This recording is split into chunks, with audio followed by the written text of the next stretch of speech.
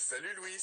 Et dis-moi, mais c'est la fournaise ici. Salut Bernard. Tu permets, je me fais une petite séance de sauna. J'ai découvert ça ce mois-ci. Des serviettes mouillées sur les radiateurs et hop, c'est le panard. Mon pauvre Louis, en plus d'être inconscient du point de vue sécurité, d'ici à la fin du mois, tu seras ruiné.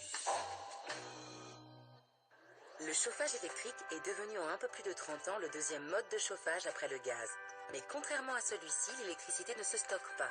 Ce qui signifie que l'on doit produire autant d'électricité qu'on en consomme. Le nucléaire suffit aux besoins de base, c'est-à-dire aux besoins qu'on a en permanence sur l'année, mais est incapable de correspondre aux besoins du chauffage électrique quand il y a une vague de froid. Et c'est là qu'on a des surcoûts de l'électricité très très élevés et qu'on est obligé de dimensionner le réseau en conséquence et d'avoir les moyens de production adaptés. On fait alors appel à des modes de production complémentaires comme l'hydraulique, les centrales au charbon ou au gaz. Actuellement, tout le monde paie ses coûts très élevés de l'électricité en période de pointe, mais la facture d'électricité va être de plus en plus modulée en fonction de ces périodes de pointe. Face à cette facture qui va augmenter très sensiblement pour les possesseurs de chauffage électrique, ce que nous recommandons, c'est de réduire ses consommations. Pour faire baisser le montant de sa facture, il faut privilégier l'achat d'un équipement adapté. C'est d'abord une programmation, une régulation vraiment de façon très précise, avec un programmateur, avec une régulation aussi sur chaque radiateur électrique, quels que soient les radiateurs.